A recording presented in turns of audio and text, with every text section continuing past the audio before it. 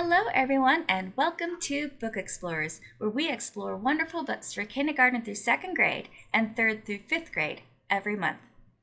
I'm April. I work at the Green Valley Ranch branch of the Denver Public Library, and I hope you were able to tune into my previous video where I introduced this book, Dog Diaries, Buddy by Kate Klimo. It's historical fiction, which means it was set in the past, but it's based on the true story of the first seeing eye dog in America. And a seeing eye dog is one that has been trained to be the eyes of a blind person. And in this video, you will meet Penn, who is blind, and she shares with us how her guide dog Beethoven helps her every day. But before we get started, don't forget that you can check out this book and many others at denverlibrary.org, where you can schedule a curbside pickup to pick up this book at your local branch library, or you can download it from Overdrive, an ebook version, right away. And don't forget to come back to this channel for more Book Explorer videos. Happy reading, and I hope you enjoyed this video with Penn and Beethoven. Hello, everyone. I'm April. And I'm Dawn. I work at the Park Hill branch. And today we're going to be talking about one of the books in the Dog Diaries series by Kate Klimo. The book is a historical fiction book based on the real person, Frank Morris, and the first guide dog in America, Buddy. Joining us today is Penn. She has a guide dog named Beethoven. Welcome, Penn and Beethoven. Penn, could you tell us a little bit about yourself? Sure. I'm glad to be here. And yes, my name is Penn, and my guide dog is Beethoven. And one of the things that I love to do more than anything is to be in the outdoors with Beethoven. And my favorite thing is to hike the trails of Colorado and wherever we travel. And I've been fortunate enough to work in the field of being able to hike with other people. So I've taught rock climbing, skiing to people with different disabilities. And I'm also a ADA coordinator, which is a fancy word for somebody who makes sure that events and programs and even online things like this are accessible to everybody. So that's a little bit about me. Thank you. How many guide dogs have you had? I have had 4 guide dogs. My first one was a sweet little female standard poodle named Gina. And then my second one was a big, bulky guy who was also a standard poodle, and his name was Boo. And luck has it, my third one was a very, very sweethearted white standard poodle named Boo. So I had 2 Boos in a row, which is very unusual. And then now I have Beethoven. Oh my goodness, that's too funny that you've had 2 dogs named Boo. I know. That's wonderful. How long have you had Beethoven? So I have had Beethoven for almost exactly 5 years. And so Beethoven will be turning 7 years old in about 2 weeks. Oh my goodness. And how did Beethoven get his name? That's a great story. All the dogs have a different story about how they get their names, and the way Beethoven got his name is Beethoven was sponsored by a Lions Club on Long Island in New York. And when somebody sponsors a guide dog puppy, they usually get naming rights. And the Lions Club went to their local neighborhood elementary, and they did a contest.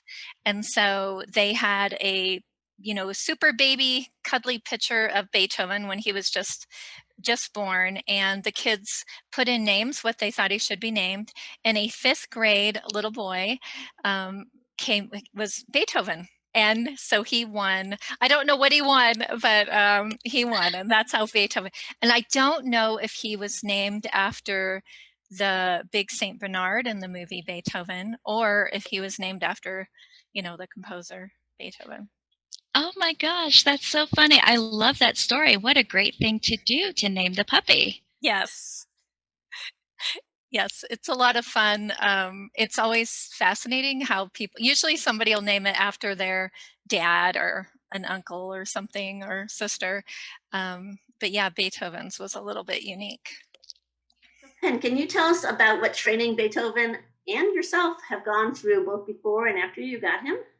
Absolutely. The guide dogs go through a phenomenal amount of training. At 6 weeks old, they're taken away from their moms and given to what's called a puppy raiser. And so Beethoven, he was actually transported from New York to Georgia, where he was placed in a really neat program in a women's prison system. And so, yeah, so he was actually spent his first year of life with this amazing woman who trained him through this program in the prison. And on weekends, two men, Scott and Stuart, would come and get him and take him, so he could get, some experience being on the outside world. So they took him to everything from libraries to theaters, restaurants, busy malls, and even traveling. He actually went to Disney World. He went up to the woods of Maine. He actually was quite traveled before I met him. And then at a little over a year old, depending on the dog and the program, but Beethoven was then traveled back to New York so that he could learn to be a guide dog. And while he was in prison, he got the basic trainings just to be like a good dog, like sit, stay, no barking, don't get on furniture, all the things that everybody tries to get their puppies to do. Mm-hmm. And then, like I said, he's taken back to New York, and there he actually spent almost a year learning how to be specifically a guide dog. So the harness, which you would have learned about in the book, that they began putting that on him, so he got used to that. And then he started learning things like his right from his left, because that's one of his commands, is to go right or go left or forward and even backwards. He learns in or out, which means, like if we're walking down the street and I'm looking for a store or business, he knows how to find in. And then if I'm inside, he knows how to find the door to go out. He also knows up and down. He also knows find the escalator. So he learns all of these incredible commands before I ever meet him. And then he also learns sort of repetitively over and over again, just really, really good dog behavior, which is again, like no barking, don't go up to strangers, things like that.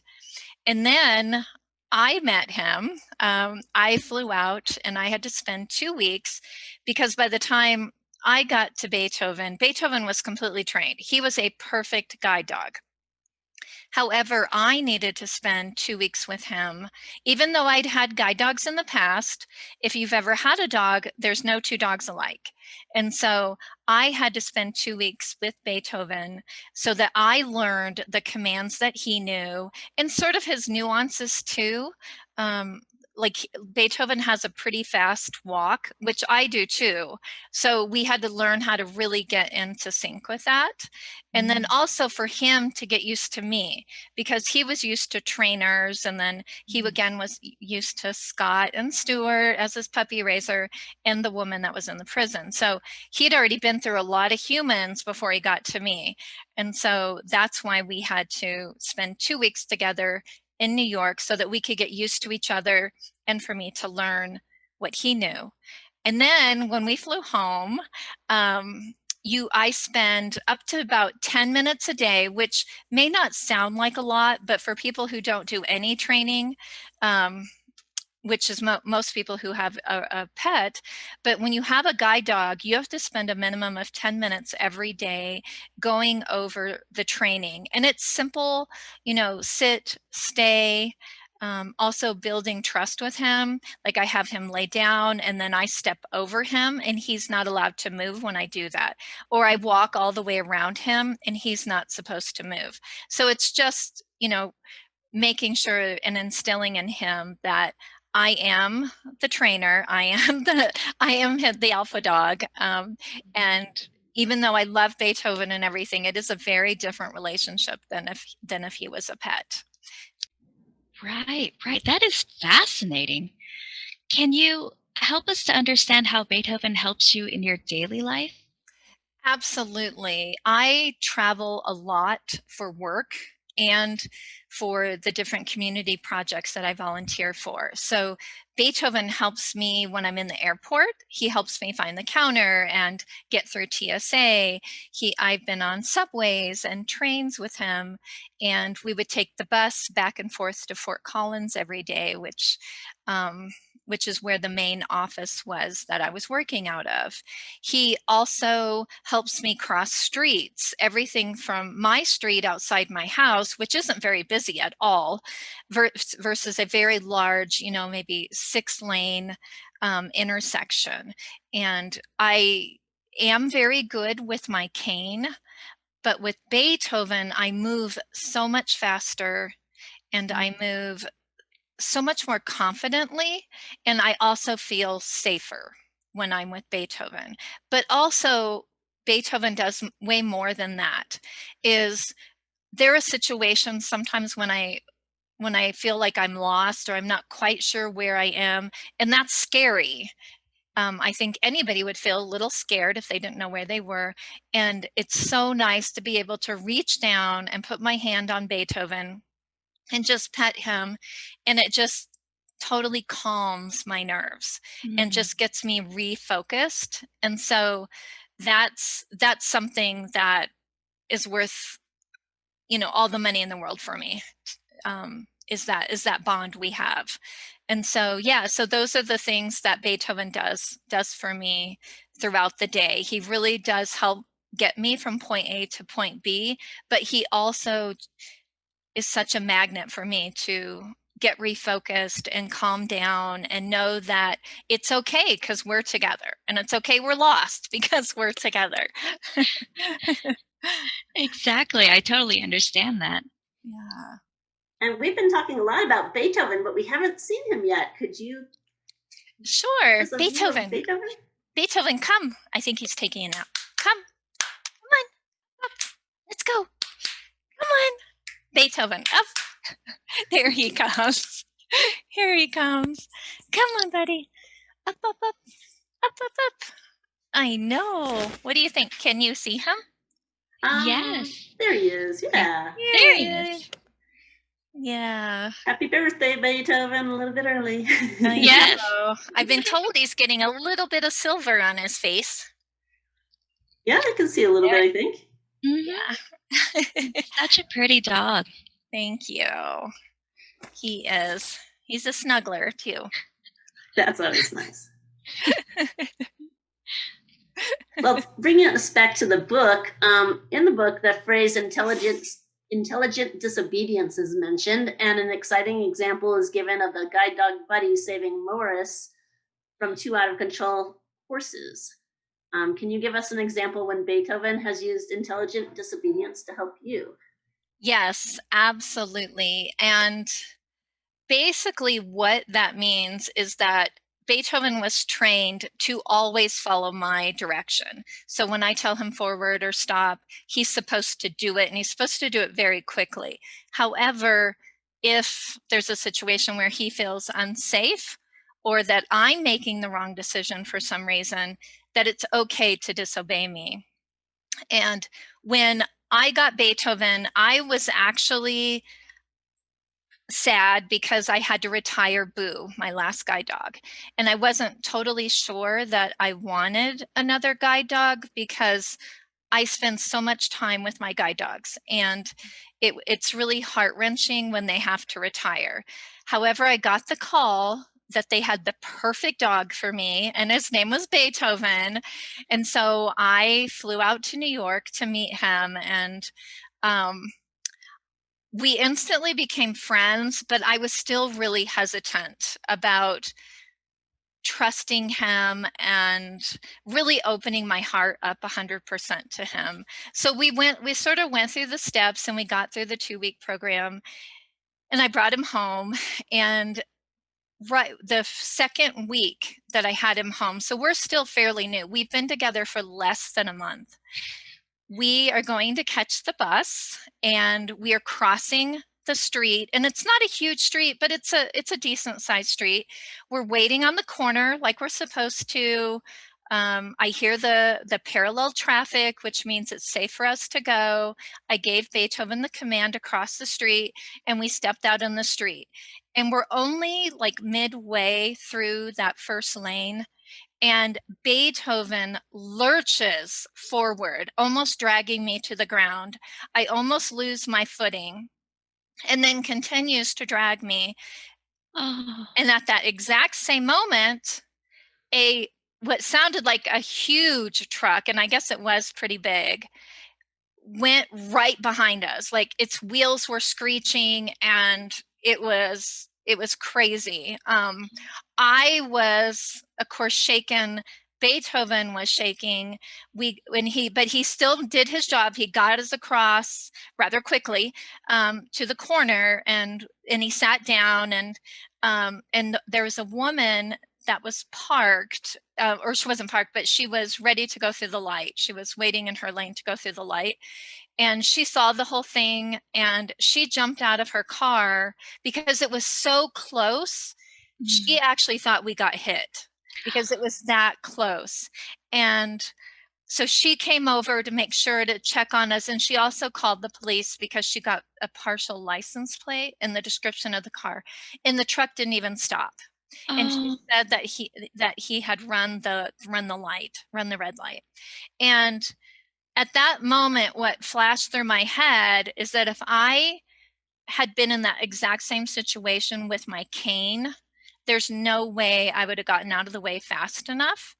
And so Beethoven, even though he is trained to cross the intersections at a normal pace, he must have seen or sensed, and it was less than a second decision in his head to push us forward and out of the way. And so at that minute, I literally got down, and I was bawling. I was crying so hard out of I was just so scared of what just happened, but also I realizing, what if Beethoven wasn't there? And then realizing that he was, and that it was meant for us to be together, to be a team. And of course, I gave him tons and tons of hugs, and he, I'm sure, was just like, I'm just doing my job. This is, but it really, that was the moment, the second that we became a team. And from that moment on, if he hesitates or stops or pauses, I always pay attention to it, because he really is making a decision that's better for both of us, even if it is not the one that I think we should be doing. So yeah, so that's, yeah, that was the moment. Penn, that is an incredible story. Yeah. Thank you so much for sharing that with us. Absolutely. You mentioned something in there about guide dogs retiring. Can you tell me how long you usually have guide dogs until they retire, or is there a certain number of years? Sure. Usually the guide dogs, if they stay healthy, and they usually retire between 7 and 10 years old. So Beethoven, he's almost 7, and so it's a little sad that he's already beginning that, kind of 3-year gap. And so that's sad to me. And when they retire, they retire for a lot of different reasons. Sometimes they slow down so much, or sometimes they decide on their own, like, I love you, but I don't want to work for you anymore. Which was kind of the way Boo was. Every time I pulled his harness down, he was like, nope. And he would actually run and hide from me, which is not good when you can't see him. No. But Beethoven, though, he's still like as frisky and as awesome as the day I brought him home. And so I think we have a good 2-3 more years together. So I definitely hope so. me too. So, Penn, what would you like people to know when they are near you and Beethoven? That's a great question. When people see me, it depends on the situation, but I'm just like you. I'm just like everybody else is. I love to meet new people, so feel good about coming up and saying hello to me. And you can even tell me how awesome my dog is. However, talk to me, don't talk to Beethoven. Mm. Because Beethoven, when he has his harness on, he's working, and it's he needs to focus on me, and he needs to focus on his job. And so, especially if we're standing at a corner and we're about ready to cross, we need all of our attention and our focus on the traffic and our surroundings. Um, but if I'm walking down the street, yeah, feel free to say, "Oh, hi, I'm so and so." But also, there's a misconception that if the dogs aren't physically walking at my side, they're not working. And that's not true. If I'm sitting in a coffee house and Beethoven is sitting beside me or laying beside me and he has his harness on, he's still working.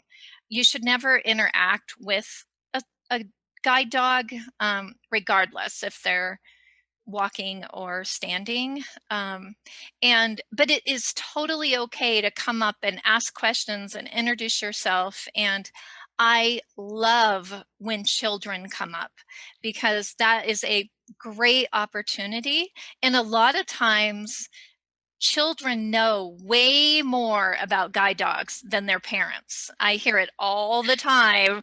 I'll hear a little voice say, "Mommy, look, there's a guide dog." And the mom says, "No, no, no, that's not a guide dog." And I can't help myself but turn around and say, "She's right. He's a guide dog." Yeah, you know, be respectful, because Beethoven is an extension of me.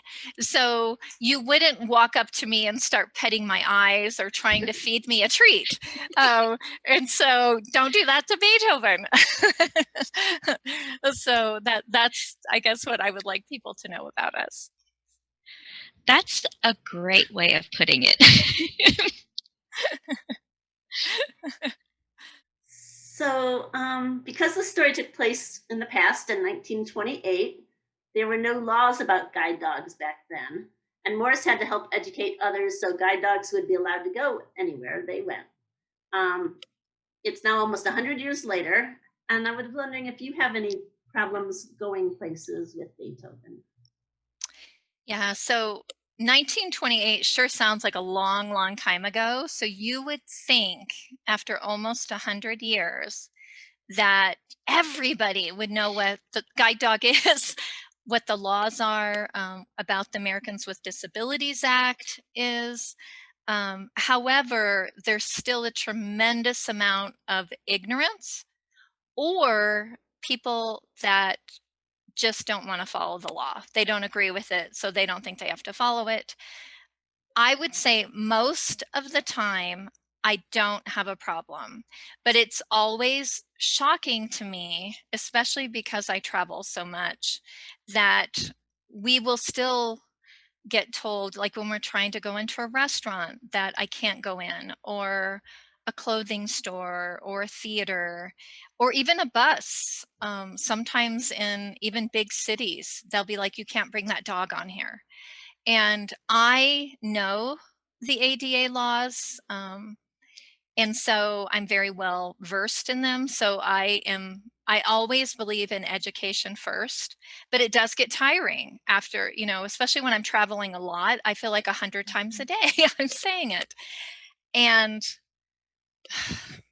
it is hard, because you would think that it would not be a point anymore, but it still is, and it's all over the country. I wouldn't say that there's certain places that aren't, um, that are worse than others. It's that ignorance is all over the United States, and it goes from corporations like, um, big name hotels, all the way down to mom and pop coffee shops. So, Mm.